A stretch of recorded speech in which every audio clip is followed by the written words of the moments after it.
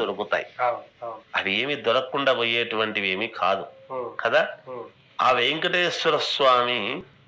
ప్రతిమ ఒకటి తీసుకొని, ఒకటి గోధుమ వర్ణము బంగారు వర్ణము గాని రెండిట్లో ఏదైనా సరే ఒక రవిక గుడ్డ తీసుకొని, మనము 3 నామాలు వెంకటేశ్వర స్వామికి ఉంటాయి కదా, ఆ రవికలో 3 నామాలను ఇలా బాగా పెద్దగా తీర్చిదిద్ది ఆ రవికలో దేంతో గంధంతో 3 నామాలు పెట్టి, మధ్యలో మాత్రం కుంకుమతో, మధ్యలో ఉండేటువంటి దానికి నామానికి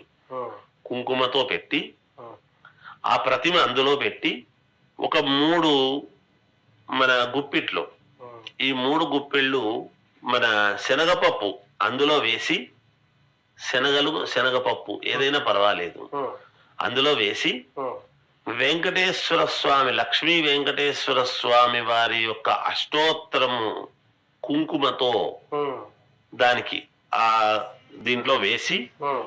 దాన్ని మూట గట్టుకుని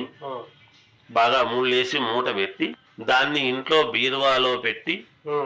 రోజు దాన్ని తాకి ఓం శ్రీ వేం వెంకటేశ్వరాయ నమః, ఓం శ్రీ వేం వెంకటేశ్వరాయ నమః అని, లేదా వెంకటేశ్వర స్వామి ఉన్నవి చిన్న చిన్న బిళ్ళలు కూడా దొరుకుతాయి. అవి ఏమి